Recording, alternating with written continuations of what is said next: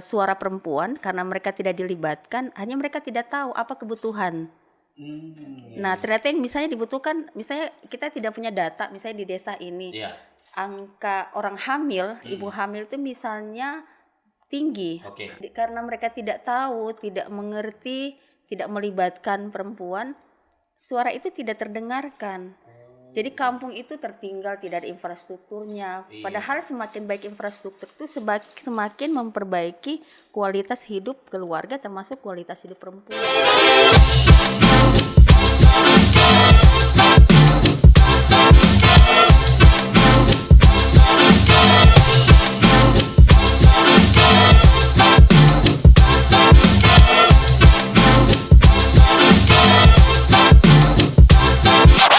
Assalamualaikum warahmatullahi wabarakatuh. Selamat datang di Saraba Channel. Saraba dulu dong. Silakan dulu.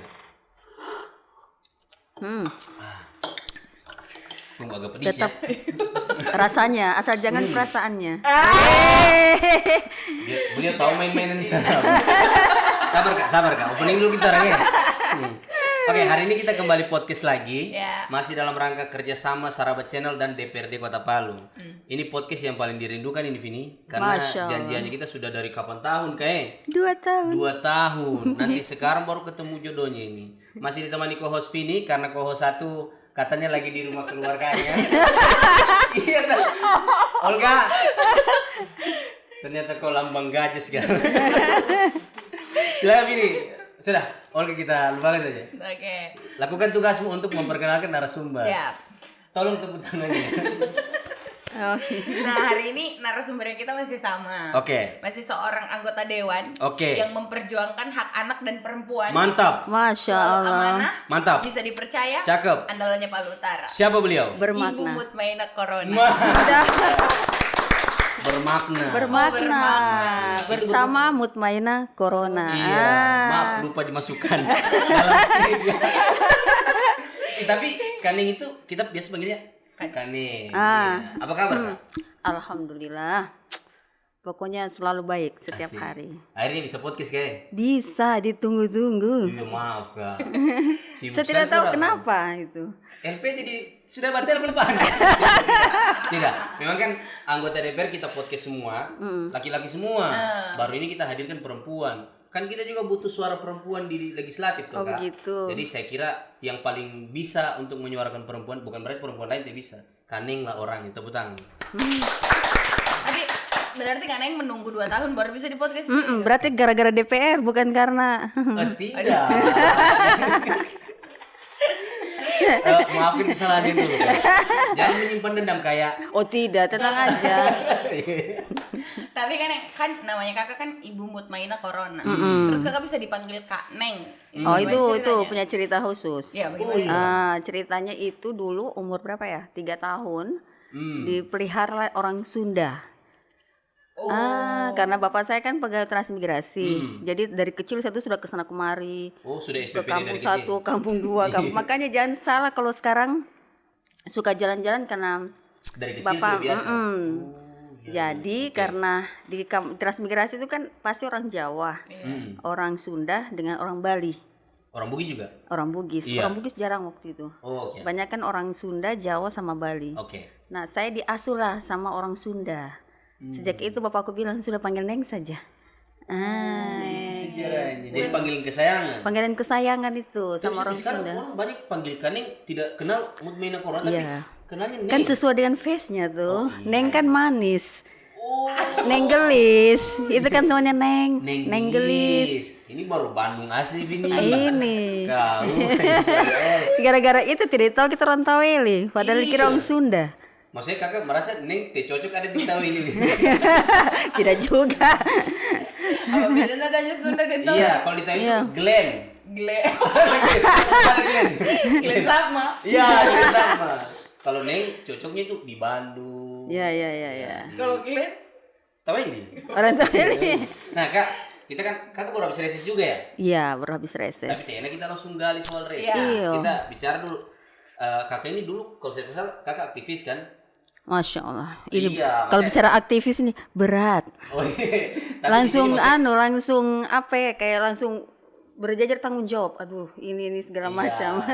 Jadi kalau aktivis itu kan biasanya teriak-teriak di luar. Nah, saya agak penasaran kenapa kakak bisa masuk di dalam sistem. Karena biasa aktivis itu kan agak alergi dia dengan ini sistem DPR, wali kota dan lain-lain. Orang maunya di luar terus berteriak di depan jalan gitu. Padahal Kaneng ini di luar pun sudah banyak prestasinya. Ini kebetulan saya ada catat ini Kak, supaya dibilang orang pintar juga hari ini. Di sini Kak. Ya, saya kira. Tercatat sebagai direktur KPPA dari tahun 2001 sampai 2014. Iya. Terus mendirikan Psikolog Membine. Iya. Nah, biasanya kalau aktivis begini kan temo di luar, maunya temo di dalam, maunya di luar, baterai terus. Padahal Kaneng waktu di luar, Kaneng ini juga sudah pernah mendorong beberapa desa di Donggala membuat regulasi tentang partisipasi perempuan. Itu betul? Betul. Terus kemudian menjadi trigger diterbitkannya Perda di Kabupaten Donggala tentang partisipasi perempuan. Iya. Sudah bisa. Itu asal mula Psikolog Membina itu dari Perda Donggala.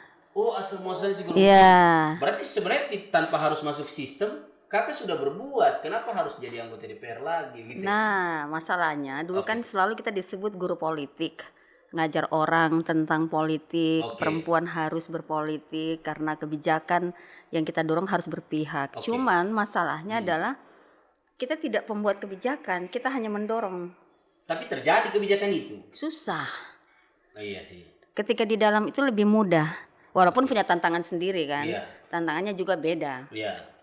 Tapi semakin dekat dengan mata air, itu semakin memudahkan kita, tergantung niatnya juga. Oh iya, gitu. Serius sekali saya? Tidak. Oh tidak. Cuman kan politik di matanya kakak itu, kalau saya salah saya baca, kakak dulu anti sekali begitu. Kenapa kemudian mau? Kan dulu anti. Iya, kan sebetulnya dulu aktivis di zamannya ya. Kalau zaman hari ini kan aktivis duduk bersama dong dan pemerintah hari ini kan. Betul. Nah, tapi kalau dulu kan masih zaman Orde Baru. Oh iya. Jadi situasinya memang saat itu memang kita harus berjuang di luar. Kalau disebut dengan gerakan ekstra parlementer namanya. Itu jadi berteriak. Jadi harus mempushnya itu harus berada di luar sistem. Itu karena situasi pada saat itu kebijakan itu semi otoriter. Terus kakak juga kan dibilang di guru politik. Masa guru politik tidak berpolitik? Bisa jadi itu. Iya, itu salah satunya, salah satu triggernya. Karena dulu kita ajar politik, perempuan harus menjadi bagian untuk melahirkan kebijakan. Karena memang situasi pada saat itu kan di zamanku di 2001 sampai 2000 berapa ya? 2009. Itu partisipasi politik perempuan itu rendah sekali. Oh, rendah sekali? Rendah. Oh, itu sementara by data. Makanya kenapa Perda itu lahir di Donggala itu karena kita melihat banyak kebijakan itu ya karena salah satunya adalah lemahnya keterwakilan perempuan yang salah satunya ada di desa. Nah, itu dimulai dari data pertama 2004 ya kita pernah riset kan. Bahwa misalnya di Kabupaten Donggala dulu belum ada Sigi dulu. Iya, Donggala itu masih pokoknya dari ujung Kulawi sampai ujung. Sedangkan sini Donggala juga dulu ini. Ini Donggala juga dulu. Iya. Makanya Donggala itu kabupaten tertua. Iya, kabupaten tertua. 2004 ya. Iya. Tapi kan apa ya maksudnya? Ya dulu itu anak itu perempuan susah bersekolah. Dulu. Angka itu timpang sekali. Nah, semakin tinggi anak-anak bersekolah, misalnya dari SD ke SMP, SMP ke SMA itu semakin kecil partisipasi sekolah anak perempuan. Kenapa? Karena akses sekolahnya semakin. Kalau SMP kan dia tingkat kecamatan. Nah, Donggala itu kan jauh desanya antara satu dengan yang lain. Nah, ibu-ibu atau keluarga di situ takut dia untuk kasih sekolah anak perempuan. Karena ketakutannya itu nanti kenapa-kenapa. Terus ujung-ujungnya kalau mau sekolah tinggi juga dia akan tetap menikah, akan menjadi ibu rumah tangga. Itu pada saat sekolahmu di dapur tempat gitu. Dulu sekali. Jadi waktu pada saat itu kita melakukan riset, ternyata dalam temuan kita salah satu persoalan angka kemiskinan dulu itu sebetulnya kita bilang kemiskinan berwajah perempuan. Kemiskinan berwajah perempuan. Berwajah perempuan. Dibilang begitu kan? Karena angka partisipasi sekolah antara anak laki-laki dan perempuan itu timpang sekali. Oh, Angka pengangguran itu, jadi misalnya begini, perempuan itu sebenarnya punya andil ya. Misalnya misalnya di pasar itu kan paling banyak perempuan, tapi mereka tidak diakui sebagai penyumbang terhadap kontribusi daerah. Oh iya betul. Nah, dianggaplah pengangguran, padahal sebenarnya mereka berkontribusi. Iya kan, dia jualan juga. Ya, kemudian pekerjaan sebagai ibu rumah tangga itu dianggap sebagai bukan pekerjaan. Saya juga merasa begitu, Kak. Iya, begitu ya. Iya, makanya Seakan-akan itu adalah kewajiban, padahal itu sebetulnya negara itu harus hadir. Karena kalau tanpa ada kontribusi, minimal dia mendapat penghargaan, misalnya sebagai sebagai perempuan yang memilih sebagai ibu rumah tangga, negara yang harus hadir memberikan kompensasi misalnya ketika dia memilih sebagai ibu rumah tangga, karena mengurusi anak itu tidak mudah loh. Tapi orang bilang kan itu kewajiban, Kak. Nah itu masalahnya ketimpangan itu perspektif, kultur kita yang masih ya kalau bahasa kerennya masih disebut dengan kultur patriarki. Bahasa kerennya, bahasa kailinya, tapi ya masih sangat dominan bahwa apa yang dilakukan. Jadi masih perempuan itu masih dianggap lebih rendah. Iya sih, iya. Dan itu apa yang terjadi? Angka partisipasi sekolah, angka kematian ibu. Perempuan lebih tinggi ya. Angka kematian ibu itu memang perempuan kan yang melahirkan. Iya. Angka kematian ibu. Iya. Karena apa? Misalnya di kampung, karena perempuan, karena kita ya, maksudnya termasuk orang-orang yang sebetulnya mereka harus mendengarkan suara perempuan, karena mereka tidak dilibatkan, hanya mereka tidak tahu apa kebutuhan. Nah ternyata yang misalnya dibutuhkan, misalnya kita tidak punya data, misalnya di desa ini.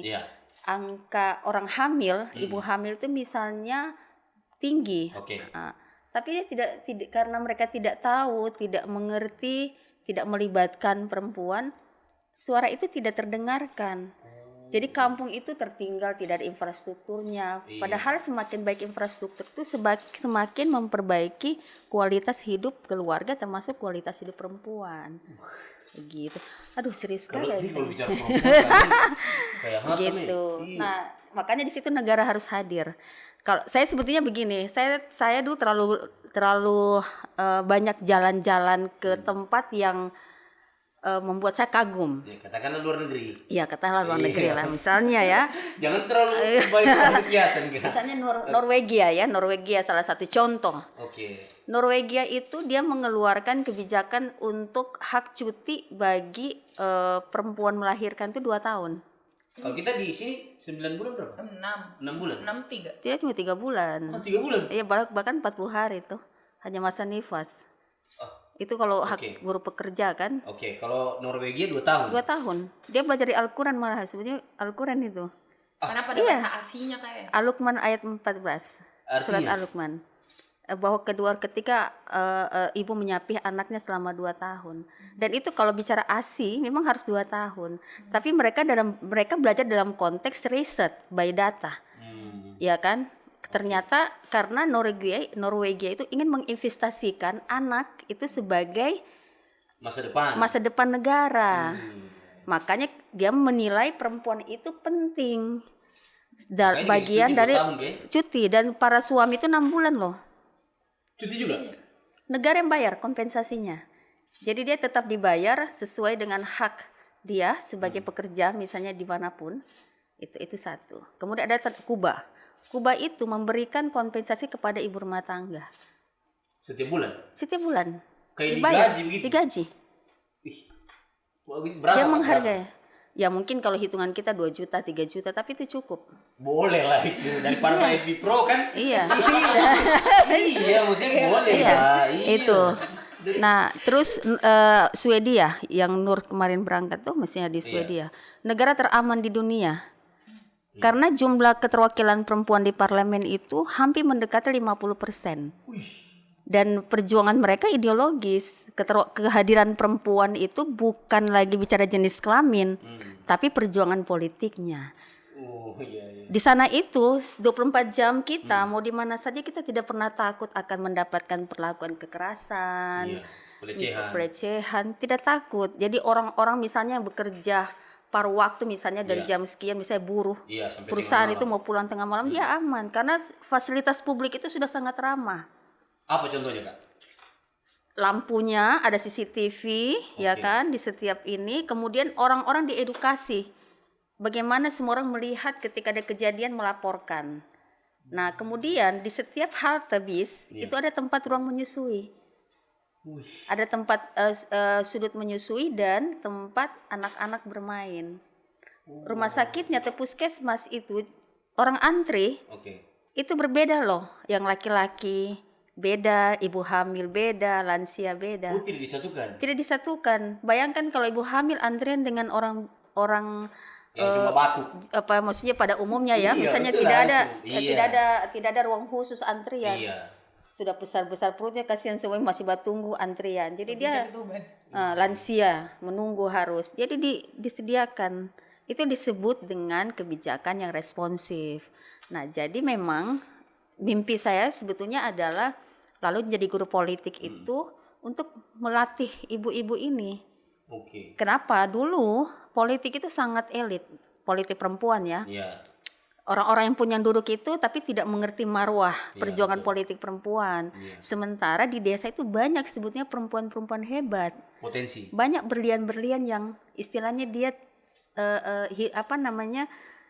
tersembunyi di dalam lumpur. Nah, itu yang kita cari.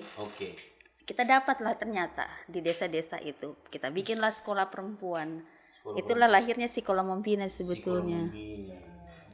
Iya, untuk memperkuat Perda itu karena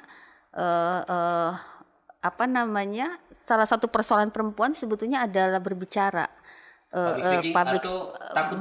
Takut berbicara memang persoalan kita. Bukan soal public speakingnya yang kurang, tapi takut berbicara. Dia sebetulnya dia tahu apa yang dia sampaikan. Dia tahu apa yang harus dia suarakan, tapi dia takut untuk. Makanya kita bilang bongkar kebisuan perempuan. Jadi Sekolah Membina itu salah satunya adalah membongkar kebisuan perempuan. Cara mengatasinya itu bagaimana, Kak? Kita bikin memang, makanya Sekolah Membina hadir waktu itu. Kita bikin sekolah khusus. Pertama adalah melatih mereka untuk menghilangkan rasa takut. Takut berbicara. Memang karena kita ini kan kultur masyarakat kita itu dari pola asuh orang tua kan beda dulu. Misalnya anak perempuan dengan anak laki-laki masih kecil tuh. Misalnya kalau anak perempuan habis makan dia bantu ibunya. Cuci piring. Anak laki-laki pergi main bola misalnya. Ini pengalaman ya, maksudnya cerita dari ibu-ibu kita tanya. Itu sebenarnya bukan itu persoalan sederhana. Bagaimana? Tapi itu mempengaruhi kepemimpinan setiap orang. Laki-laki tuh terbiasa hai main bola, dia kepemimpinannya terbangun dari kecil. Jiwa sosialnya rasa percaya diri terbangun. Sementara anak perempuan hanya bertemu keluarganya, ibunya, bapaknya, dia pasti tidak pede untuk bertemu dengan orang. Dari pendidikan dalam rumah berarti, Kak? Iya, makanya kita bikin sekolah itu untuk mengejar hutang peradaban, kita bilang. Hutang peradaban, karena perempuan sudah beratus tahun ketinggalan. Yang kemudian ini kita dorong. Ayo, kalian harus berbicara. Tapi PR besar sih itu, Kak. PR besar. Kayaknya bakal susah. Saya tidak. Tapi hari ini alhamdulillah ada hasilnya. Ada hasilnya. Contoh hasilnya apa, Kak? Ya, kalau di Sekolah Membina kan kita punya alumni berapa ya? Hampir 500 sesultang ya. 500 orang, dan alhamdulillah dari segitu ada yang jadi perempuan kepala desa. Ada yang kemudian mereka menjadi tokoh masyarakat di situ. Termasuk Kaneng kan? Ya alhamdulillah. Dan saya belajar dari situ. Saya dulu orang yang tidak pede dulu. Masa nggak? Takut bicara juga. Tapi Vini sampai sekarang. kayak kajian perempuan. Kajian satria waduh. Tapi tidak kan? Ini kan terjadi setelah sebelum podcast ini kan? Nah, ini juga harus Vini harus dapat masukan dari Kaneng. Kayak misalnya ketemu dengan orang yang lebih pintar, dia langsung merendah serendah-rendahnya. Padahal sebenarnya dia bisa menghadapi itu. Betul. Iya, itu kalau di perempuan harus membunuh dia ya maksudnya. Mau dibunuh. Bagaimana, Kak, cara mengatasinya? Kayak dia ketemu Kaneng langsung down. Pada setiap orang tuh punya kekhasan sebetulnya. Hanya tinggal menggali jam terbangnya saja. Memang rasa percaya diri yang harus diperkuat. Gitu. Jadi apa yang harus dia lakukan, Kak, supaya dia tidak begitu? Harus bisa, harus motivasi saya bisa. Saya Sekarang lebih bisa. sadar diri kayaknya. Kapasitas itu belum bisa. Karena begini, tidak ada orang itu ya langsung lari. Pasti dia merangkak dulu, baru bertati, baru dia berjalan lari. Tidak ada. Semua orang punya tahapan tangganya. Itu. Cuman jadi dia merasa bahwa Kaneng tidak selevel dengan dia gitu ya. Jadi itu membuat dia tidak mau berbicara, tidak mau bertanya. Padahal sudah gilirannya. Padahal saya juga pengen belajar. Padahal sudah gilirannya. Makanya saya bilang kenapa tidak bertanya-bertanya. Green voice banget. Padahal saya mau belajar juga. Iyo. Kaneng ini, sekedar informasi, Kaneng juga mengidolakan kau loh. Betul itu. Iya. Saya selalu biasa kalau nonton tuh podcast tuh, podcastnya Sarah, waduh. Siapa Vini, cantik ini. Kalau Olga kan sering kita ketemu tuh. Yang Vini bagus juga deh nih kalau pancing-pancing orang bercerita itu. Kan tapi dia bisa dan sekarang itu. Baru bayar honor di DPR kan tidak mungkin. Itu tadi saya kayak mendengarkan kajian. Aduh, kajian ini. Perempuan dalam politik.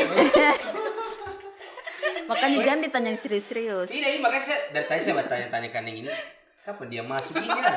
Harusnya dia ini nomor A5. Kau loh. Kayaknya jadi perlu juga sama masuk ini. Iya, coba. Apa? Ini supaya bikin malu kita bersuara, Kak. Kayak merasa terintimidasi. Anggaplah Arif itu ada di samping tuh. Coba. Kau podcast berdua dengan Kaneng, coba. lanjut bertanya. Nah, sekedar informasi juga teman-teman. Kadang ini juga punya sekolah politik. Iya. Jadi untuk orang-orang yang siapa saja yang ingin mencalonkan diri jadi politik. Iya. Tapi kan sekarang ini kan siapa yang tidak ikut itu sekolah bahkan baru masuk dalam politik saya sudah bisa. Iya, jadi untuk apa dibikin sekolah politik? Iya. Oh beda dong. Ini cari beda. Kalau sekolah membina itu kan bikin sekolah politiknya sebetulnya visinya yang mau dititipkan, yang mau dimasukkan menjadi gerakan. Supaya di DPR tidak hanya diam. Ya, supaya tidak hanya duduk, datang, diam, mendengar begitu kan. Jadi fungsi dia sebagai wakil rakyat itu dia tahu dia mau bikin apa. Saya perempuan. Kemudian Arif misalnya laki-laki sama-sama DPR, kita masing-masing kan punya aspirasi tuh. Saya amin dulu. Dia mau amin. Saya amin dulu. Amin kan. Tahu misalnya Arif pasti misalnya dia sebagai kelompok anak muda karena dia punya pengalaman hidup berinteraksi. Oh ya saya ketemu di lorong ini dan anak muda bikin begini dan saya perempuan saya punya pengalaman saya sebagai ibu rumah tangga. Ketika ketemu dengan ibu-ibu saya tahu. Nah, itu pentingnya orang DPR itu mewarnai kebijakannya itu. Nah, kalau dia pun tidak tahu dia sebagai wakil rakyat dia tidak tahu bikin apa. Mau memperjuangkan apa? Agak aneh juga. Iya. Jadi sebetulnya sekolah itu membedakan dia. Membedakan dia menjadi orang berkualitas, merefleksikan tugas dia sebagai pengemban amanah, sebagai kurirnya rakyat. Wih, gak kiasan bahasa kurirnya rakyat. Sebagai lalu lintas aspirasi. Apalagi gak? Sebagai pengabdi rakyat, ya kan? Keren. Dan memanusiakan, yang paling intinya adalah memanusiakan manusia sih kalau saya. Tepuk tangan. Tapi Kak, begini. Karena begini, saya bukan dari keluarga yang mapan gitu ya. Saya punya masa kecil yang juga mungkin dialami dan mungkin ada orang yang lebih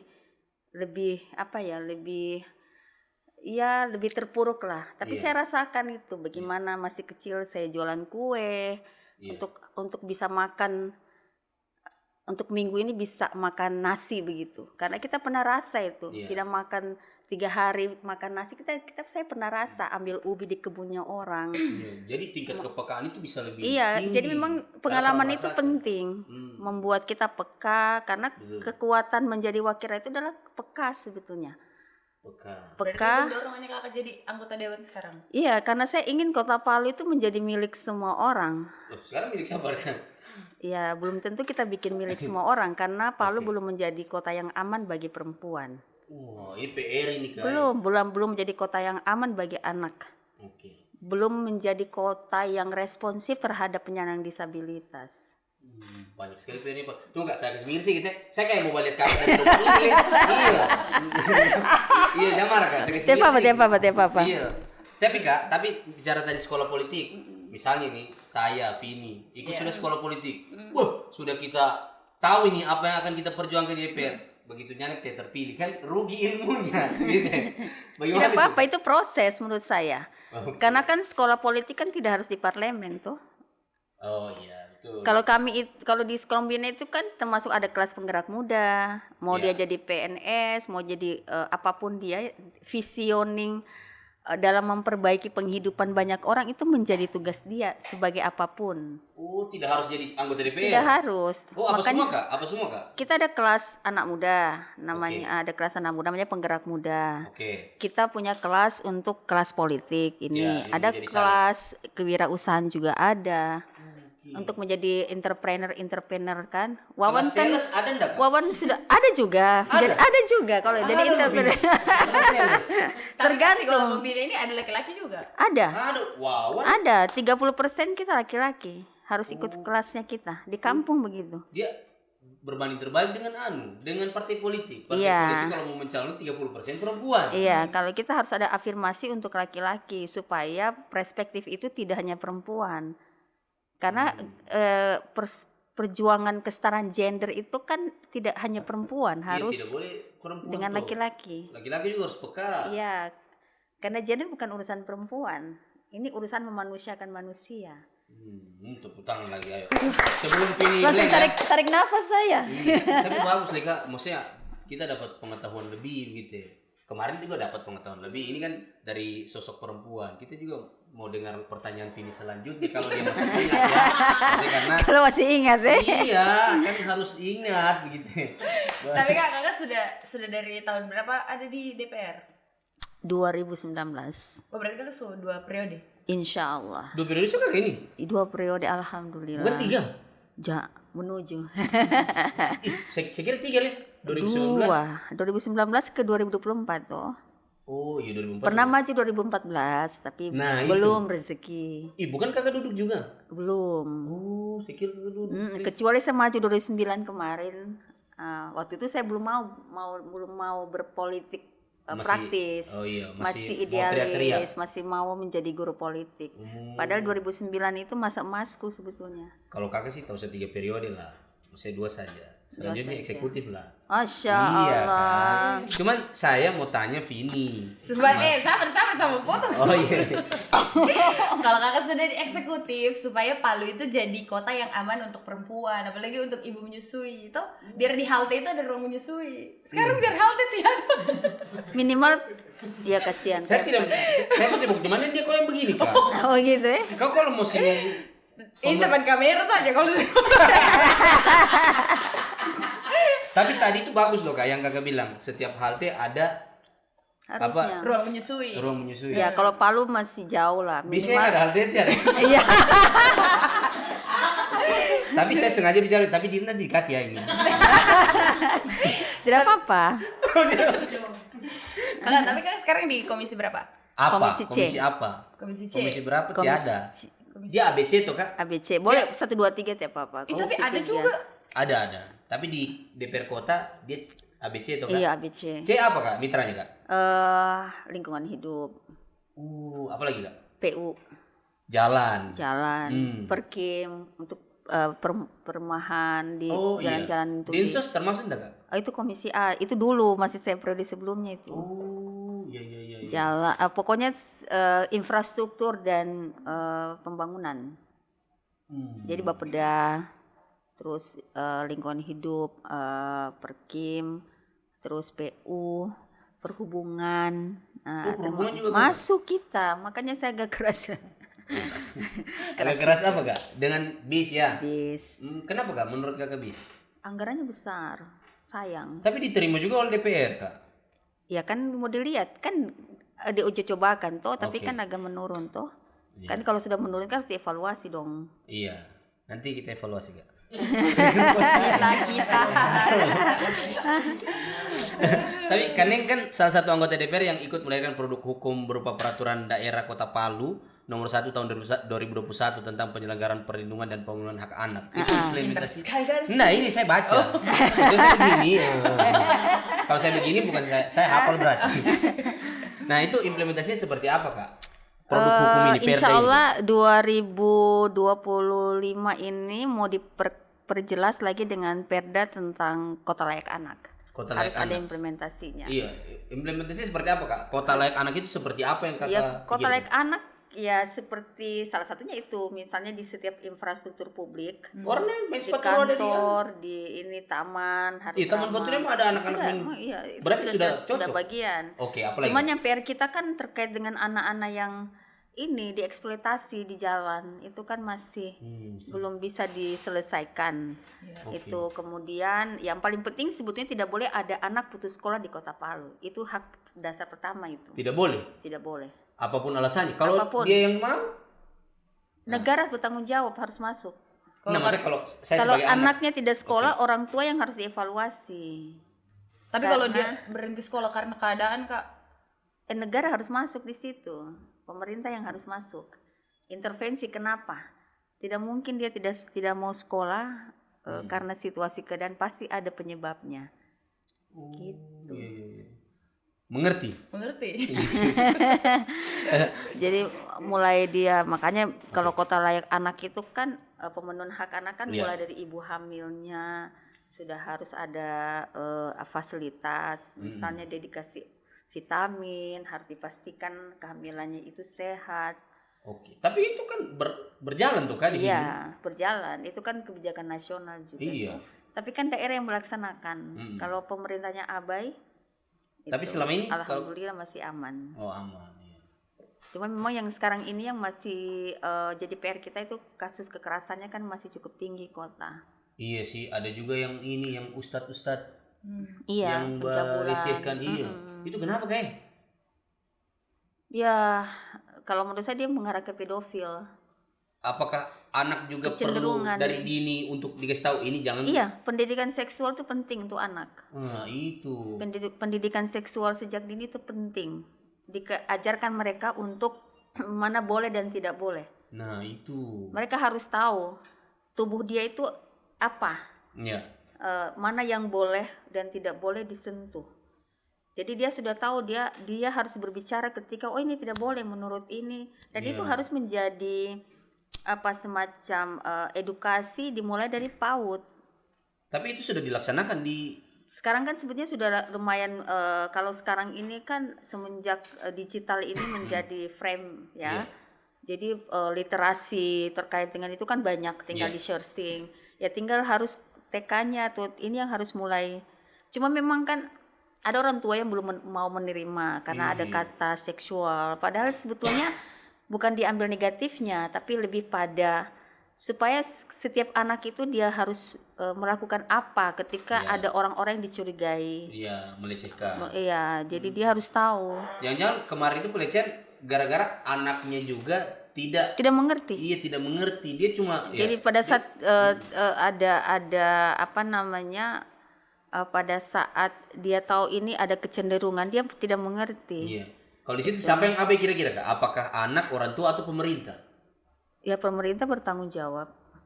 Pemerintah bertanggung jawab harus. Iya, harus. Apapun itu pemerintah harus bertanggung jawab. Apalagi rompinya kan ada logo pemerintahnya. Iya. Iya, yang Ustadz itu. Yang viral. Dan itu itulah sudah susah menjelaskan. Nah, Vini kau lagi Vini. tapi lebih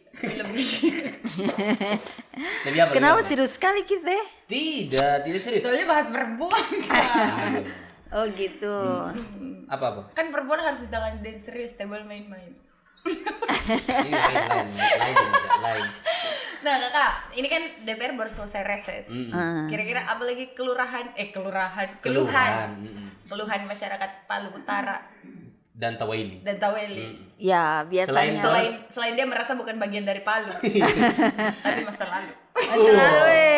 Kebetulan di Palu Utara ada mantannya. Oh gitu. Icang, Informa. Bukan Palu Utara itu.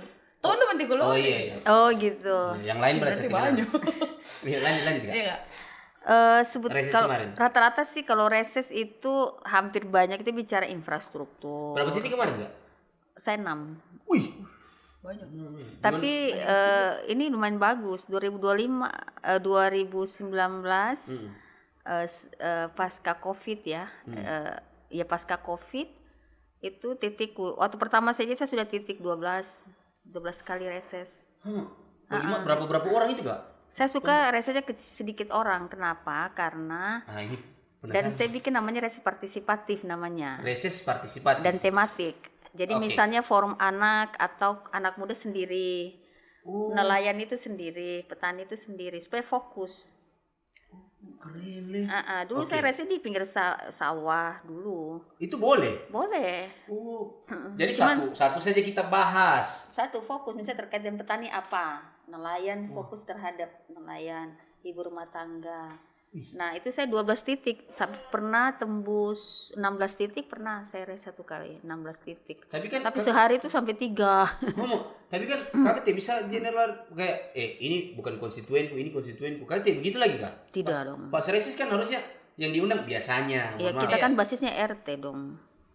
Jadi harus masuk, kita harus keliling. Karena kan tugas DPR itu kan jalan-jalan.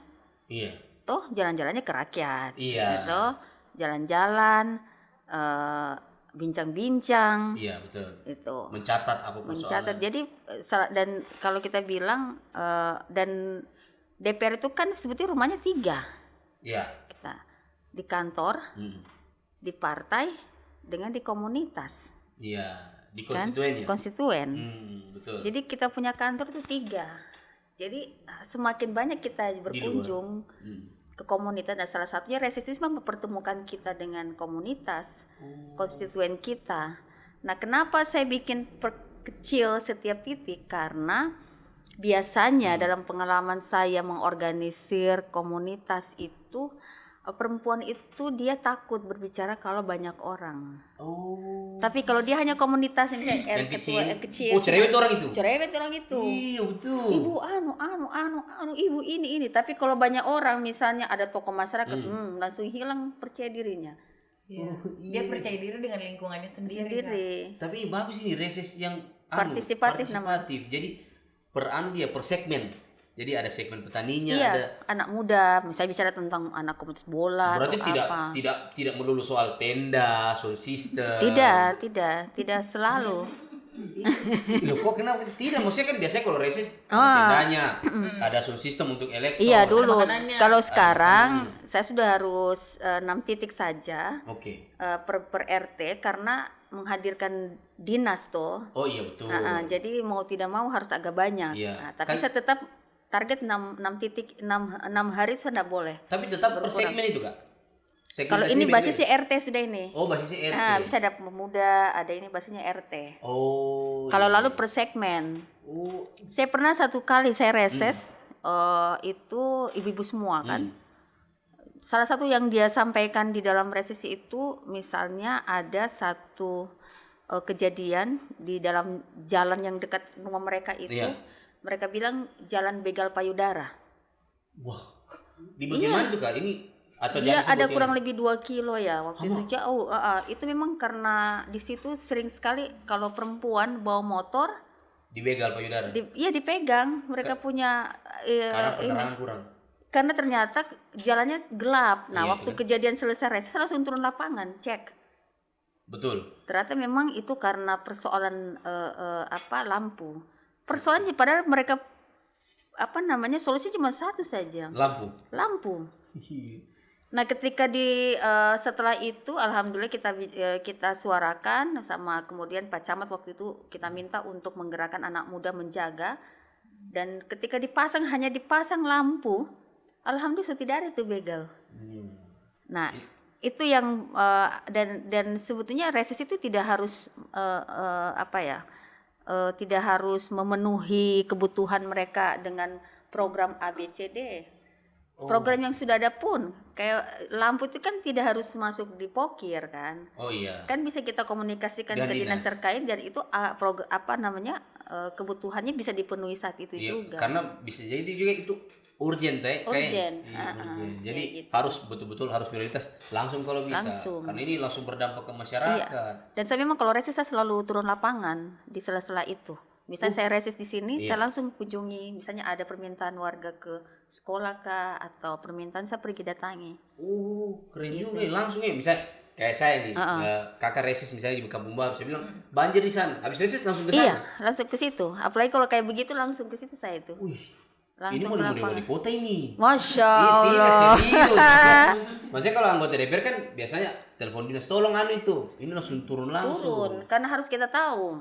Betul tidak ini? Betul tidak, misalnya banjirnya seperti apa gitu. Konteksnya bagaimana. Terus 6 kemarin itu RT semua kan? RT.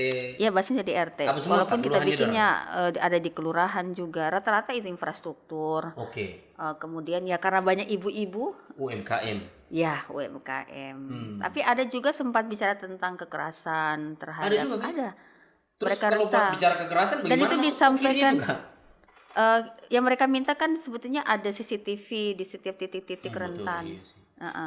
Terus Terus bagaimana, Kak? itu menarik. Saya langsung merasa wah ini keren ini, keren sekali ini disampaikan. Terus mungkin tidak semua jalan di Kota Palu dipasangkan CCTV. tergantung areanya sih, karena kan uang kita kan tidak cukup. Daripada pakai bis ini beli CCTV. Bisa juga. Sana Olga. Tapi tidak dulu kalau tidak salah waktu Ibu Hapsayanti Punulele mencalonkan jadi calon wali kota, itu pernah dia bilang akan dipasang berapa ribu CCTV. Karena itu salah satunya untuk menghindari kekerasan itu, begal dan sekarang lain-lain. ada Jaguar kan, itu lumayan bagus. Ada. Coba bayangkan kalau ada CCTV, terus ada tim Jaguar, mereka langsung koneksi kan ke HP-nya. Misalnya ada tek-tek langsung misalnya di pusat sentralnya itu menghubungkan, jalan, mereka langsung datang. Kalau ini kan Jaguar kasihan, ada informasi mereka datang masih meraba-meraba. Iya, belum ditahu tapi apakah kalau betul tidak informasi, dan orang baprank. Iya kan. Nah, kalau itu dia langsung bisa tahu, dan CCTV itu fungsinya banyak sekali. Setuju. Banyak sekali. Kalau dibilang tadi mungkin, kalau saya penting tidak ada CCTV di semua kota Palu. Penting. Seberapa Itu mencegah urgent itu, maksudnya kriminalisasi. Oke. Kemudian kalau saya ya menyuarakan suara perempuan itu mencegah kekerasan terhadap perempuan dan anak di wilayah-wilayah rentan. Toh, apalagi misalnya begal ini kan lumayan di Palu, maksudnya kasusnya masih tinggi. Iya, banyak itu sih, bisa dicegah sebetulnya kalau ada CCTV. Orang jadi takut melakukan kekerasan. Iya, minimal aduh dilihat kita. Iya, CCTV. Atau paling tidak di jalan-jalan yang rawan saja dulu, tuh, Kak. Iya, memang. Dan CCTV harus ada pos di area-area begitu. Ada pos-pos jaga yang kemudian pasukan dari aparat itu dikerahkan minimal begitu 1-2. dilihat CCTV langsung pergi di sana. Apa begalin juga kayak kutu. Kenapa? Dicari di bawah, di atas lagi dong. Betul. Itu kenapa dia menganalogikan kutu? Karena kebetulan bagus. Tapi Kak, bagaimana Kak? Di resisi kan pasti ada juga orang yang besok 2 kali turun, tiada juga. Iya, tiada juga. Nih, tiada eksekusi. Kita juga harus menyampaikan. Ini, Kak. Iya betul. Kita harus menyampaikan yang realistis juga. Misalnya, bagaimana Kak biasanya Kak? Kalau saya selalu sampaikan bahwa kemampuan uang kita itu sekian. Dan juga kita mengajak mereka juga untuk bahwa penting itu bayar pajak. Penting itu membayar retribusi karena uang itu juga untuk kita. Dari rakyat untuk rakyat. Dari rakyat untuk rakyat. Itu harus. Terus juga kita fokuskan, misalnya dari sekian fokus satu saja dulu. Apa contohnya? Misalnya dari sekian usulan, kita fokuskan satu. Disepakati bersama dalam forum. Iya, karena boleh semua juga kita kunci. Tapi Kakak biasa janji nggak tahun depan oke sudah ini atau? Saya tidak berani, saya tidak pernah menjanjikan begitu. Kakak memang tidak berani, Kakak kan berani. Saya selalu bilang, Masya Allah. Memang selalu beramal ya. Iya, jadi bagaimana? Kita tidak janjikan. Kecewa itu masyarakat Kak? Tidak sih, tergantung penyampaian. Makanya saya spanduk saya itu dengarkan dan perjuangkan. Oke, bukan eksekusi. Jadi saya perjuangkan ya, insya Allah kita perjuangkan sama-sama, kawal itu. Tapi sih tergantung apa ya? Ya untungnya sekarang kan saya di Banggar toh, jadi insya Allah.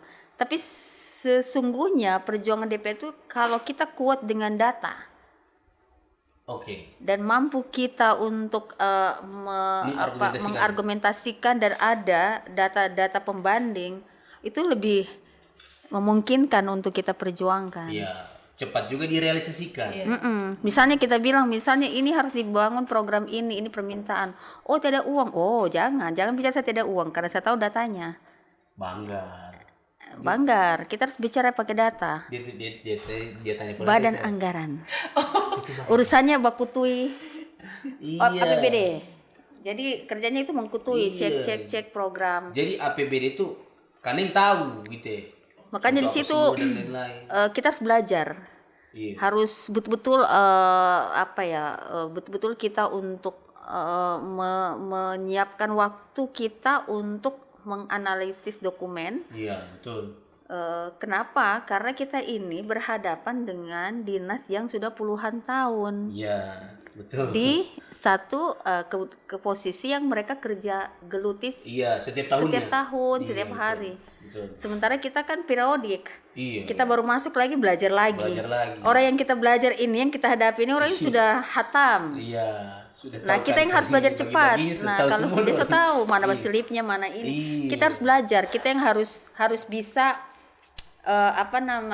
berani dan mampu untuk mewarnai di situ. Makanya saya bilang orang di Banggar itu harus orang yang benar-benar duduk paham bahwa perjuangan untuk bagaimana mengalokasikan anggaran, utamanya memperjuangkan konstituen kita, termasuk khususnya kepada komunitas masyarakat yang membutuhkan, itu benar-benar harus sebaiknya jangan orang yang datang kemudian duduk. Harus dia baca betul-betul itu. Harus baca dokumen. Harus baca dan harus belajar. Harus belajar. Jadi harus kritis juga Kak. Harus kritis. Iya, jangan cuma boleh. Ini untuk apa ini? Ini untuk apa? Gitu kan? Harus cerewet kita. Kayak dosen kan. Iya. Iyalah. Dosen yang kalau periksa skripsi, itu. Kita dibayar oleh rakyat. Betul. Masa kita diam? Rakyat bayar pajak, kita digaji. Iya, betul. Dari rakyat bayar pajak, rakyat beretribusi. Betul. Kita kan digaji dari situ. Harusnya kita bersuara. Nah Kak, terkait memperjuangkan konstituen, kira-kira hari ini apalagi yang Palu Utara? Iya, apalagi urusan penting di Palu Utara yang harus diperjuangkan? Yang concern. Kalau saya sih sebetulnya ya hampir sebagian besar persoalan ekonomi, karena tingkat pendapatan masyarakat kita khususnya di Taweli Palu Utara itu kan masih dibilang angka penganggurannya masih tinggi. Rata-rata apa sih itu guys? Ada bekerja sebagai buruh di pelabuhan. Ada kemudian buruh juga di perusahaan-perusahaan, kan wilayah Palu Utara kan wilayah area perusahaan. Iya, ada kek juga kan? Iya. Nah kek kan sekarang lagi antara mati dan segan hidup tak mampu. Ada dan tiada begitu. Nah itu dan itu kan harus maksud saya karena pengangguran itu ya memang harus dibutuhkan keulitan kita untuk mencari apa kira-kira.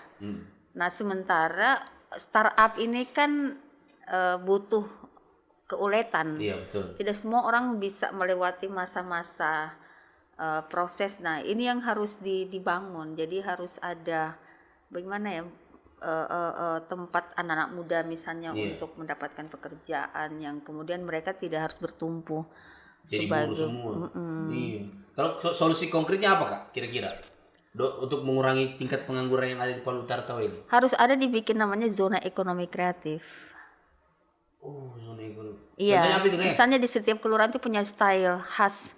Apa yang kira-kira bisa dijadikan sebagai uang masuk, tapi itu melahirkan harus ada inovasi sih. Iya, harus kreatif sih. Kreatif. Cuma itu biasanya. Tapi itu kan memang berat juga. Berat karena biasanya pasarnya yang ada, Kak. Ada, sebenarnya pasarnya ada.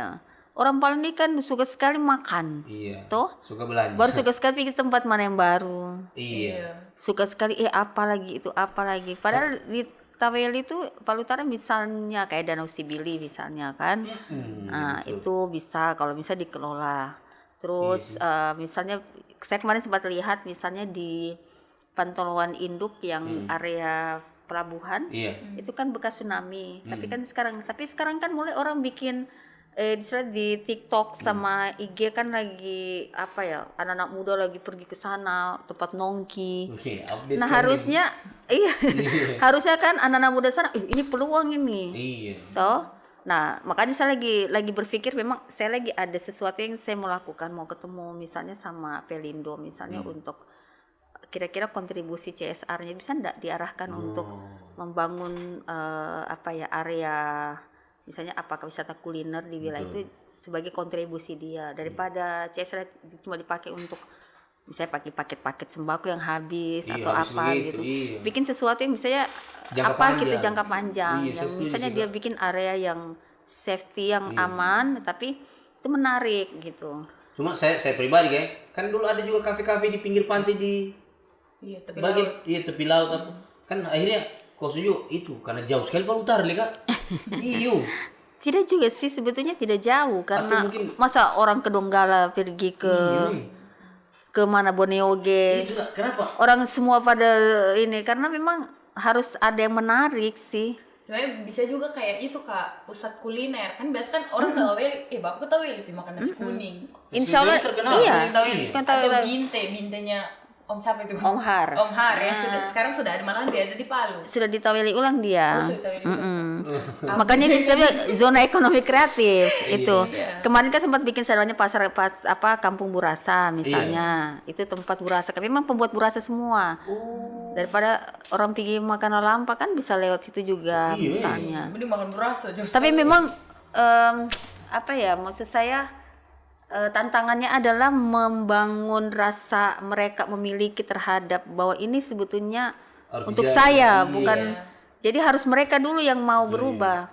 Percuma kita keluar kalau orang juga malas-malasin Sudah dikasih modal usaha, sudah dikasih tapi kemudian tunggu lagi bantu modal usaha berikutnya. Iya, itu tantangannya sih. Apalagi tahu bagus sunsetnya. Iya keren ini sekali. Kak yang dia cerita ini pengalamannya waktu pacaran nih orang Palu Utara. Makanya bilang tadi makan binte Om Har. Sunset nasi kuningnya Tante Pia. Dia tahu semua karena dia pacaran di sana. Ada namanya topu-topu Baya. Tapi makanya pulang dia batuk terus kan, mama angin. Panjang jalan sampai di Bali Aska. Tapi memang kita kenyang dari sana, pas sampai dulu malah perlu. Kita ke GNE dulu ya. Kita ke GNE. Oke. Apa enggak? Sebetulnya ada satu tempat wisata yang menarik kalau saya. Tidak di Mamboro, misalnya bekas kapal. Itu sudah 2 ke 3 kali saya suarakan sih, tapi ya kita bukan pemutus kebijakan itu. Belum menjadi prioritas kayak. Padahal itu menarik. Sebetulnya begini, saya lagi berharap Palu ini pasca bencana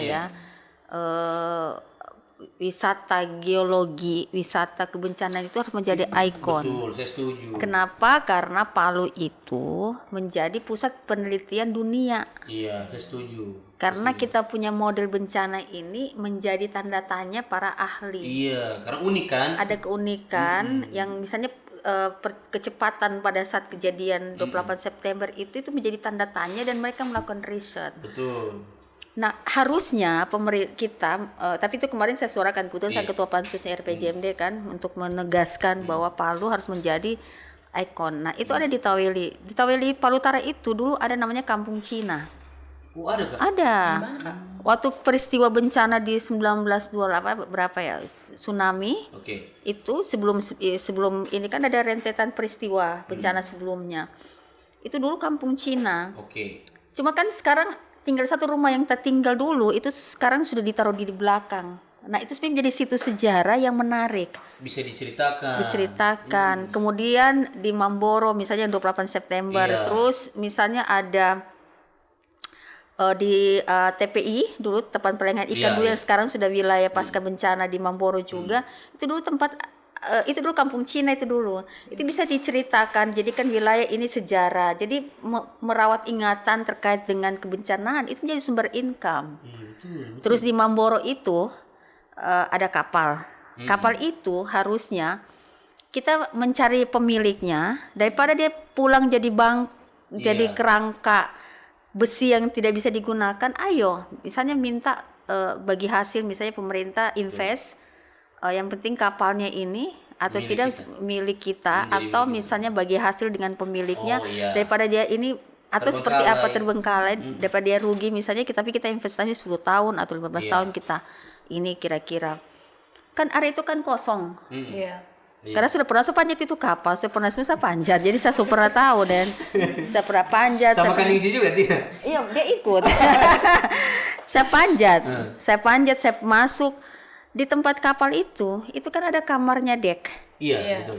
Itu bisa jadi tempat pemutaran film yang isinya cuma 3 orang, 5 orang. Dan itu sore, tuh saya di sana sore tuh keren sekali sunsetnya. Seharusnya bisa jadi area taman juga Kak, karena kan Jembatan Palu Utara ada tamannya. Oh ada? Tidak, so ada Kak? Belum kayaknya. Belum. Ada. Tiap Jadi kecamatan so ada taman. Masih Kayak taman yang baru. Tapi kau luar biasa loh, kau lebih kritis sekarang daripada saya akui. Harusnya kan di tempat bencana bikinkan taman kan lebih cantik. Jadi orang daripada taman cuma takut. Iya. Tapi tertarik kayak, oh jadi taman ada jam 5 bisa jadi pusat kuliner. Terus daripada tamannya main sampai harga 15 miliar itu. Kan. Bisa 13 miliar. Saya merasa sendiri di sini. 24 sampai 13 miliar. Sekian, padahal kan sebetulnya itu bisa kita rubah dan itu keren sekali. Itu pohon-pohon yang punya, kita kan pohonnya berduri itu. Itu dibikin jadi cantik, yang penting sebagian ditebang, sebagian jadi area, itu jadi cantik. Jadi itu kapal itu jadi tempat orang tampil, nyanyi, performance dengan sunset di belakang. Sesudah itu kan ada masjid Islamic Center. Jadi orang sudah tahu dan di mana area. Nah, bis sebetulnya kalau mau jadi solusi itu jadi tempat untuk mengantarkan wisatawan. Itu. Nah, kakak kan sekarang di Banggar. Kira-kira estimasi dana berapa bisa jadi untuk daerah Mamboro itu Kak? Apanya? Jadi destinasi wisata. Menurut saya tidak mahal, tidak sampai 1 miliar menurut saya. Enggak lah. Iya, itu tidak mahal. Karena kapal itu sebetulnya tukang Jawa kayak. Karena kapal itu sebenarnya tidak diapa-apain. Hanya bikin tangga untuk naik, terus kapal itu kan sekarang sudah mulai rapuh. Besinya itu saya diperbaiki. Karena kapal itu masih bagus, orang bisa di tempat yang di depan itu yang ini apa ya namanya? Nakodanya itu kan itu menarik. Itu masih ada semua buku-bukunya masih tahambur. Mereka punya bantal masih ada di situ. Jadi kan semua museum itu. Bantalnya ada pulaunya enggak? Tidur.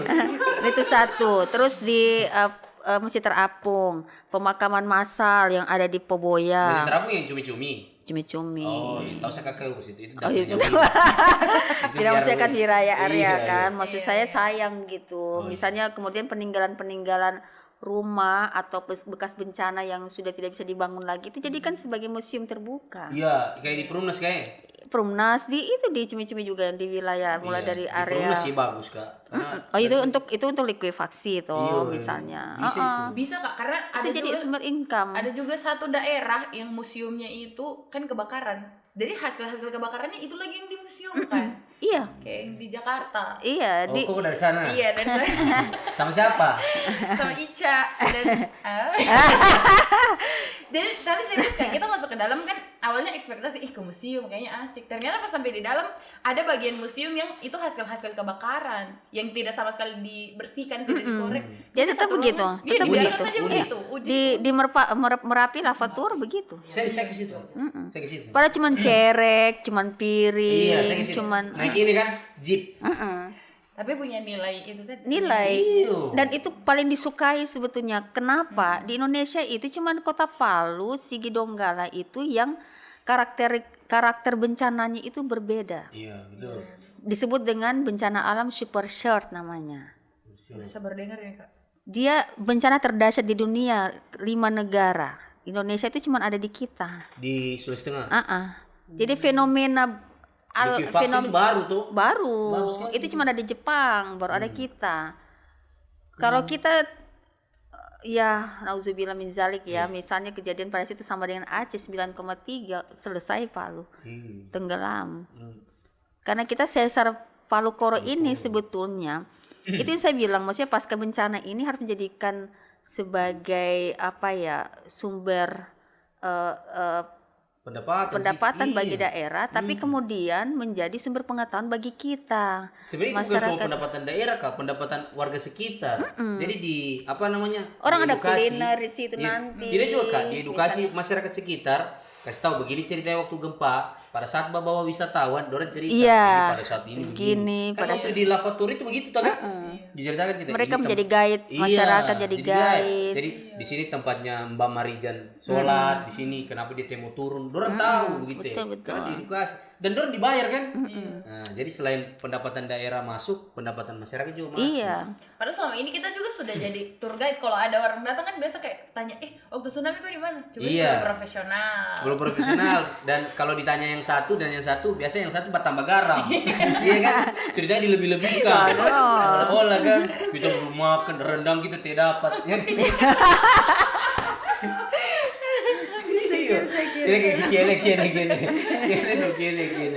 Bahas bencana sebenarnya seru itu, Kak. Harus ada segmen lain sih, Kak. Kita bahas bencana. Saya setiap tahun tuh saya selalu suarakan, karena setiap 28 September tuh saya selalu berada di area.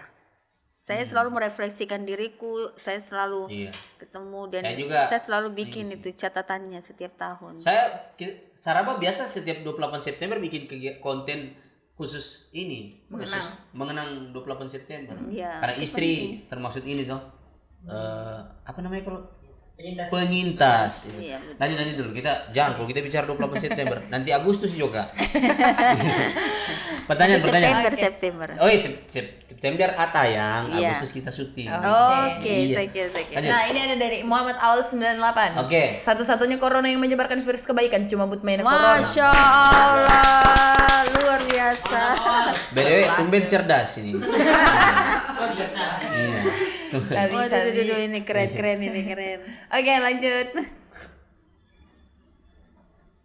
Ya. Ada dari pemuda Alet. Kaneng, ada niat mau maju wali kota. Nah, ada mau nih perasaan. Ada niat maju wali kota. Ini yang saya bilang tadi, orang kayak gitu kalau tambah garam terus. Ini, Kak. Kalau ini tergantung skenario Allah. Saya selalu bilang begitu.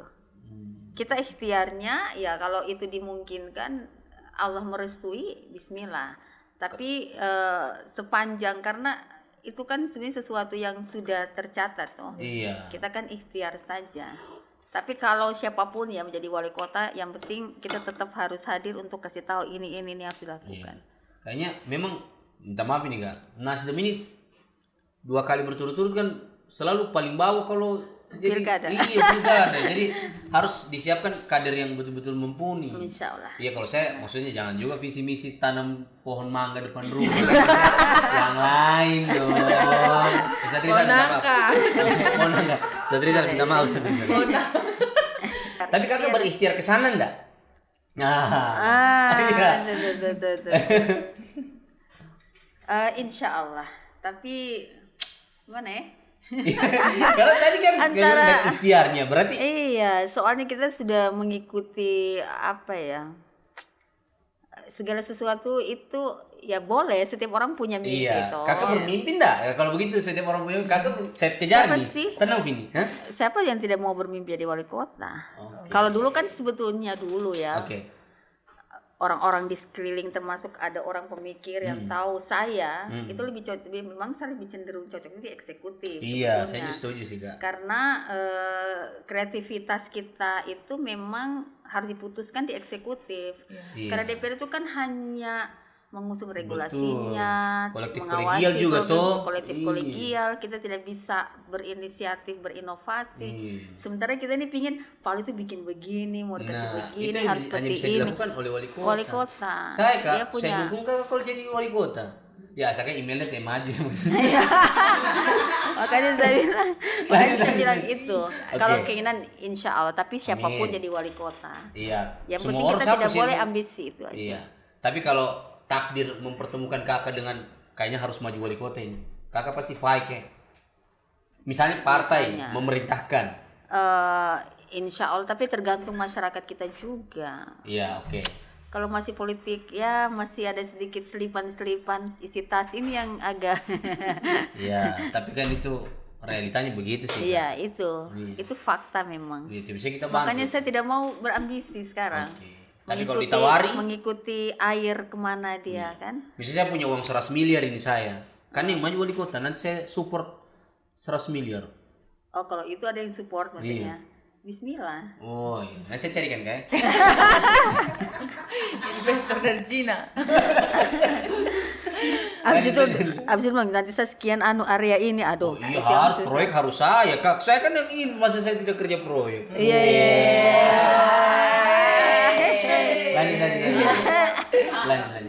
Lanjut.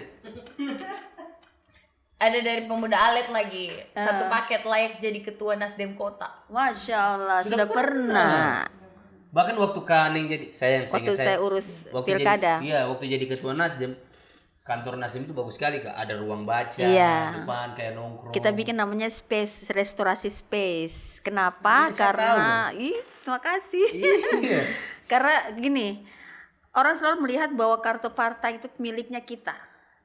Akhirnya tempat rapat saja. Iya, orang takut mendekat. Kunci kosong, kalau tidak ada struktur misalnya lagi rapat kosong. Kita pikir kenapa mahal-mahal dibayar kantor partai hanya untuk kita. Makanya saya bikin area publiknya di depan. Dan gadget sekali, ada batu-batu kecilnya. Betul. Ada lampu-lampunya kayak di kafe. Oh, estetik. Terus ada kita bikin mural. Misalnya termasuk caption di Jalan Tinombala. Oh iya betul. Kita bikin caption tokoh-tokoh politik. Jadi orang datang buat selfie minimal dia bisa menularkan lagi tentang arti restorasi dalam apa gitu. Misalnya tokoh. Iya harapannya partai-partai nanti begitu supaya enak kita bisa datang ke partai mana saja. Iya jadi orang kemudian sebetulnya kemarin kalau tidak COVID, wah itu jadi tempat area diskusi lintas sektor ya. Misalnya anak-anak bola kita ajak, terus bikin acara masak-masak di situ, ngopi, terus misalnya bikin live, live, terus sambil masak tentang resep apa, tapi itu dibikin di situ, campaign. Keren. Itu. Ini satu-satunya loh. Partai di Kota Palu yang ada tempat nongkrongnya. Cuma saya tiba-tiba COVID. Aduh. Iya, tapi seorang nongkrong. Itu nongkrong. Nah, waktu itu baru sendiri perempuan yang ketua partai pada zaman itu. Pada saat itu ya. Sekarang semuanya laki-laki waktu itu. Sekarang ada ketua partai perempuan? Belum juga. Belum ya? Belum. Oh, belum. Ada provinsi PKB kayaknya. Iya dengan Nasdem itu Ibu Nilam. Oh iya Ibu Nilam di provinsi. Saya lupa Ibu Nilam. Maaf Ibu Nilam. Mamanya Faiz saya panggilnya. Oh akrab. Mama Faiz akrab. Manugi. Seolah-olah. Oh iya Mama Nugi lagi. Mama Nugra. Lanjut. Mama Faiz. Berarti apa dia? Bapak sekali. Ada dari Zem Days. Kenapa orang Palu Utara kalau mau ke Palu Barat bilangnya mau ke Palu? Nah ini kenapa kita tidak percaya diri? Ini Kak harus kakak sosialisasikan kita selalu bagian saya dari kasih Palu. tahu begitu. Di Palu kita nanti ini bukan mau ke Palu kita di Palu kita ini. Iya kenapa kayak? Kayaknya kebiasaan dulu orang tua dulu jadi turun temurun. Iya sih tapi kayaknya itu kayak minta maaf ini mungkin ada kesan bahwa mereka dianaktirikan oleh Kota Palu mungkin kesannya begitu. Karena saya mau ke Palu, kamu orang bagian dari kita orang begitu. Iya, tapi sebenarnya tidak menanaktirikan sih, cuman ada sejarah ini Taweli itu. Taweli kan memang kerajaan sendiri, sementara di Palu juga kerajaannya sendiri. Iya betul. Terus kita bawa ke Palu Taweli penyebutan saja sebetulnya. Tapi Taweli terlalu jauh Kak, orang Tondo. Kalau mau ke Palu Barat kan? Tetap dia bilang Palu. Ke Palu. Iya. Itu yang belum pernah. Iya, Tondo juga. Orang Tondo. Mamboro. Iya, Mamboro Palu. Tidak harus tahu ini, cuma Tondo saja. Ke Palu dulu kita. Kita bawa-bawa dari sana kan baku dekat kan dah. Baku dekat. Mungkin wali kota orang Taipa. Iya. Harusnya kamu orang merasa kamu orang tuh orang Palu. Ya, jadi Betul. ini kayaknya harus menjadi ini PR juga. PR memang sih, harus. Iya. Selalu kita kasih tahu di Palu kita ini, kita mau ke Palu. Kayaknya memang itu salah satunya yang kakak bilang tadi, infrastruktur belum merata kak. Harusnya di Taweli dibikin juga satu mall mungkin. Taman. Iya. Taman. Nanti kan yang seolah-olah juga aneh. Lanjut, ada lagi. Dari X. Ini paling penting. Bisa tidak Danau Sibili Pantoloan dikembangkan seperti Danau Tanggung? Bisa, sangat bisa, tergantung yang punya tanah juga di sana. Oh, itu tanahnya orang. Tanahnya orang. Oh, kalau Danau Tambing kan milik ini ya. Iya, pemerintah. Tanahnya mau tidak mereka kasih, tapi minimal tempat area parkir, tapi mereka juga punya akses untuk misalnya usaha di situ toh. Iya. Tapi bagaimana kak? Apakah sudah pernah dibicarakan sebelumnya? Pernah Terus, dibicarakan yang punya sama wali tanah kota pernah. Cuman mungkin infrastruktur juga karena jalannya kan masih sempit ke dalam. Oh iya. Jadi belum bisa 2 mobil ke sana kemari, masih 1 mobil.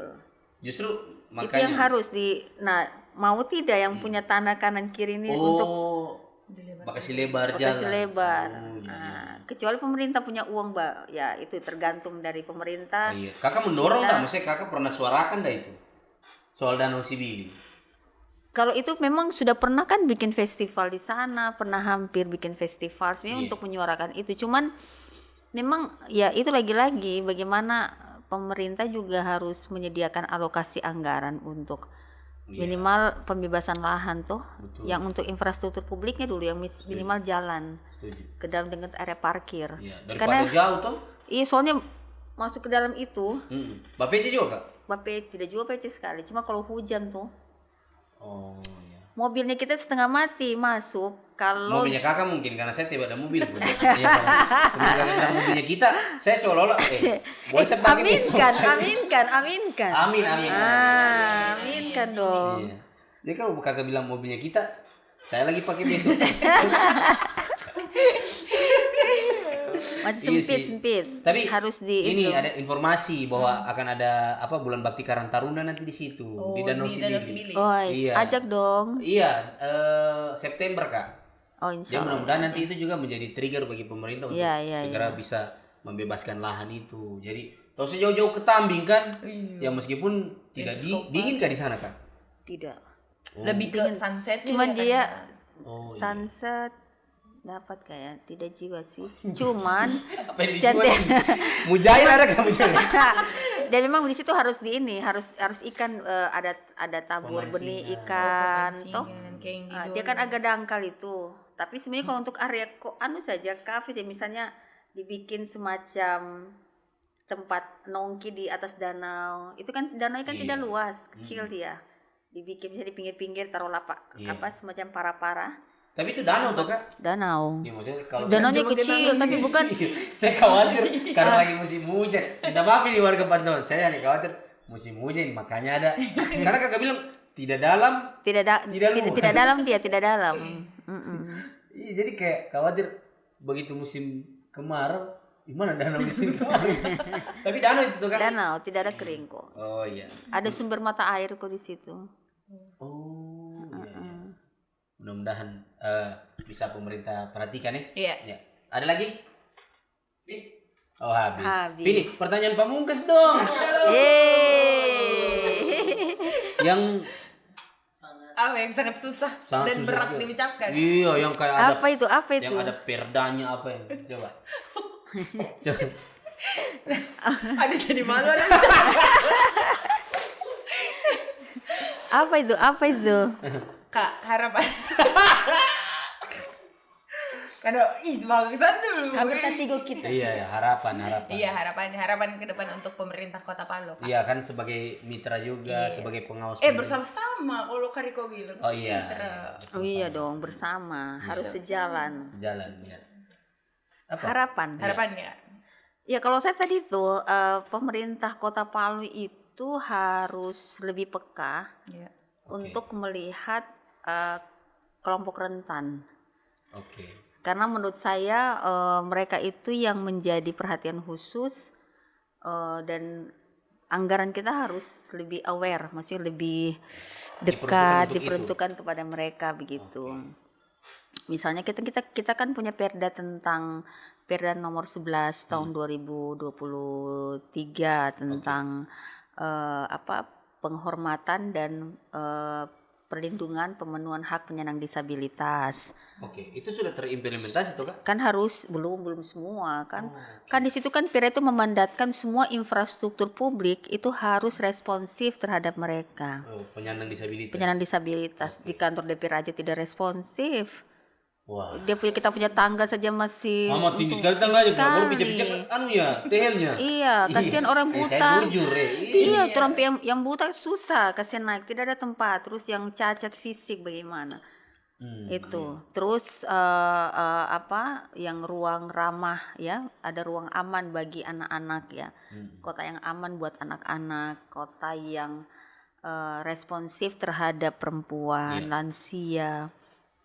Makanya saya bilang adalah data kita itu benar-benar harus menunjukkan detailnya itu memang harus sampai bila perlu by name by address, basisnya RT itu sudah tahu. Misalnya di RT 1, misalnya kelurahan A, ada berapa ibu hamil, berapa lansia laki-laki berapa, lansia perempuan berapa anak kecil, yang balita berapa, ada penyandang disabilitas di situ. Itu harus terdata. Tapi sekarang bagaimana Kak datanya? Masih belum. Silakan kita penyandang disabilitas, saya minta data untuk ini penyandang disabilitas yang pasca bencana kan masih tercampur datanya. Sedangkan data orang meninggal waktu gempa saja dinas sosial beda, BPBD beda. Iya. Jadi agak susah kita didata ini Kak. Iya leh. Memang pendataan itu memang gampang-gampang susah sih. Cuman maksud saya minimal yang sekarang kan sudah kelihatan, bisa ketahuan. Contoh paling sederhana kayak Fahri. Fahri ini siapa Kak? Yang Albar. Tidak, Fahri yang dihuntap. Fahri yang kakinya dia penyandang disabilitas karena bencana kan. Kan harusnya kemarin kan saya yang urus dia itu sampai betul. Bagaimana kesan Pak Ahmad Ali untuk bisa bantu kan. Iya. Harusnya tidak perlu kita ngurus begitu. Kalau dia terdata, ya kan, pemerintah langsung tahu mana semua penyandang disabilitas yang dia adalah korban pada satu penyintas yang masih terselamatkan pasca bencana. Apakah dia kehilangan ini apa misalnya dia datangi mereka. Fahri itu harus jelas, Fahri itu sebetulnya harus mendapatkan jaminan kakinya ketika dia pasca bencana sampai hari itu pemerintah sudah tahu anggarannya. Dia sudah harus mendapat plot budget begitu loh. Dia harus ada setiap 2 tahun sekali kan harus menjamin dia. Iya, setiap 2 tahun sekali itu kakinya diganti. Itu sudah harus terencana dalam APBD. Itu kan. Tapi untuk bisa. Kayaknya agak berat sih Kak untuk person ke person lebih tidak banyak. Tidak berat lah. Tidaklah. Anggarannya Fahri tidak besar dibandingkan taman. Mulai cerahkan. Contoh mencari, dan misalnya ada satu ibu yang di Huntara dulu tinggal di Panau, dia korban tsunami, yang hari ini dia tidak bisa jalan karena memang dia punya panggul kan yang kena tsunami. Tulang ekor kena itu. Tulang ekor. Dia harusnya dia itu menjadi perhatian khusus. Kan, bukan sebagai kelompok masyarakat lainnya. Masalahnya pemerintah kita tidak punya data yang bisa menyediakan dia masuk dalam penyandang disabilitas secara keseluruhan, harus dipilah. Ini penyandang disabilitas karena dia dari lahir kecelakaan. Ini penyandang pasca bencana. Ini segala macam. Dan itu yang disebut menurut saya bagaimana pemerintah itu hadir begitu. Berarti dari dinas itu Kak. Saya sudah 2 kali minta itu, pergi datangi kesan Fahri itu. Pergi datangi dia, itu anak itu. Itu gawainya dinas apa kayak? Sosial. Iya, Sarpan sih ya harusnya ya. Iya. Sarpan. Kota Palu ya. Iya. Dan harus dianggarkan gitu. Cuma karena saya pikir kemarin sudah difasilitasi sama Ibu Nilam kan, maksudnya itu ya sudahlah. Kemarin saya mau maksudnya saya mau jaga karena dulu saya belum di Banggar. Masih di Bapemperda kan, khusus untuk regulasi saja. Kalau di Banggar kemarin saya sudah jaga itu. Harus dianggarkan dia. Meskipun Fahri bukan bagian dari konstituennya Kakak. Enggak lah, kita kan milik Kota Palu. Tuh. Sahabat Channel juga di Palu Barat Kak, kalau memang Kakak mau. Kalau Banggar kan tidak bicara, kalau di Banggar kita bicara Kota Palu di mana area. Dia Palu Barat, Palu Selatan, tapi kalau bicara tentang dana aspirasi baru bicara dapil. Iya, betul. Saya setuju. Iya. Betul. Kalau di Banggar Kak, ada enggak media masih kurang dari di Banggar Kak? Anggaran media. Bisa masuk lagi nih. Iya, itu lagi kita perjuangkan insyaallah. Untuk personal brandingnya DPR gitu ya. Iya. Kan selama ini DPR memang masih apa namanya? kalah kita. Iya, kalah dengan Eksekutif.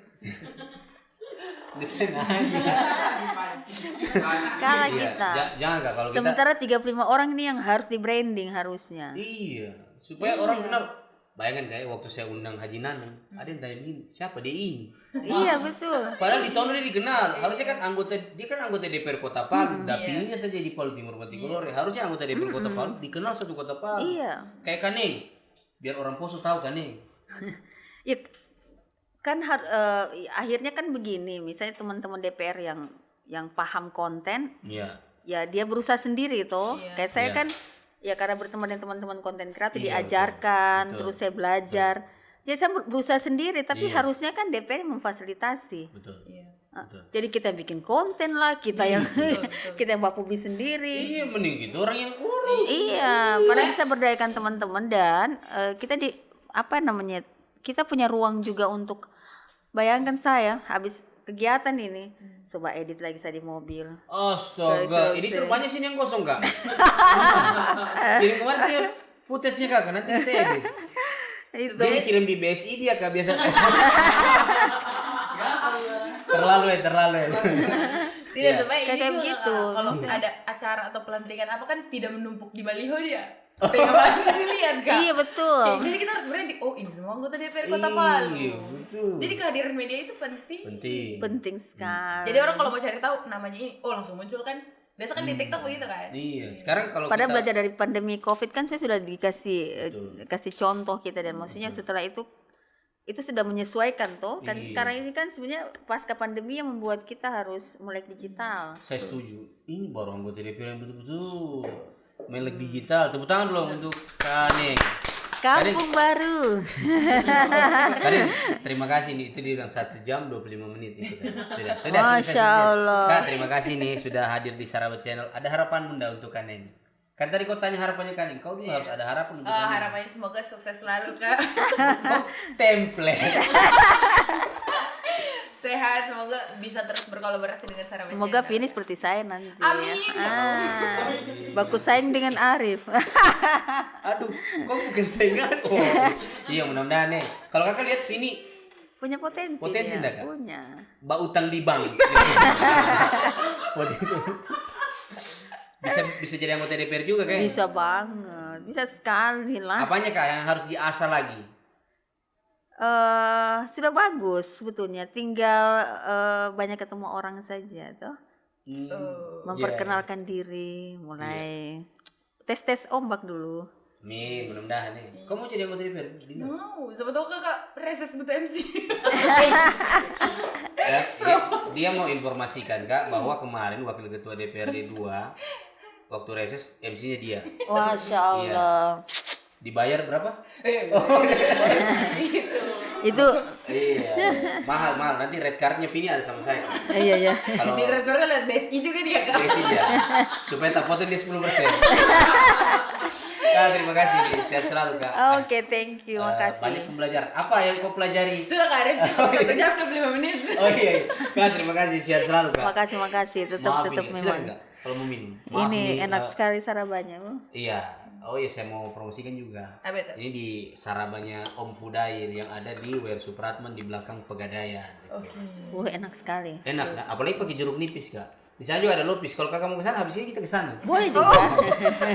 Sudah Kak, terima kasih banyak. Iya, Sehat selalu. betul. Siap, Mudah-mudahan siap, ke depan kalau Kakak siap untuk menjadi wali kota, insya Allah Sarawak Channel dukung. Sepanjang email dan tidak Lagi. Kak, terima kasih. Tetap di Sarawak Channel. Saraba dulu dong. Saraba dulu dong. Asik. Asik.